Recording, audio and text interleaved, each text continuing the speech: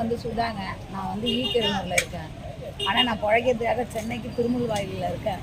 திருமுல்வாயிலிருந்து நான் தாம்பரம் ரயிலில் வந்தேன். காசு டிக்கெட்டு கம்மியாகுங்கிறதுக்காக ட்ரெயினில் வந்து நான் திருச்சி வண்டிக்காக வந்து எப்பயுமே தாம்பரத்தில் தான் ஏறுவேன்.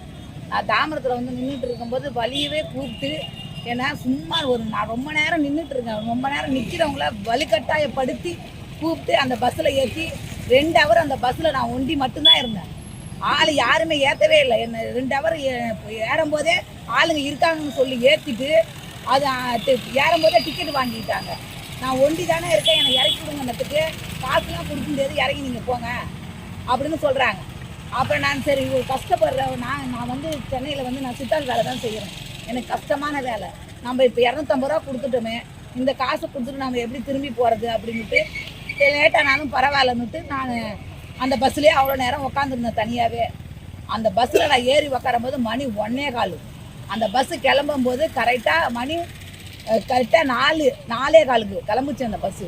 4:15 கிளம்புன பஸ்ஸு ஆவட்டி நாங்கள் நிறுத்துவோன்னு சொல்லி தான் என்னை ஏற்றுனாங்க. தெளிவாக நான் கேட்டுக்கிட்டு தான் ஏறினேன், ஆவட்டி நிறுத்துவீங்களா? எனக்கு 6 மணிக்குள்ளே தான் அங்கே பஸ்ஸு, நான் உள்ளே போகணும் வில்லேஜுக்கு.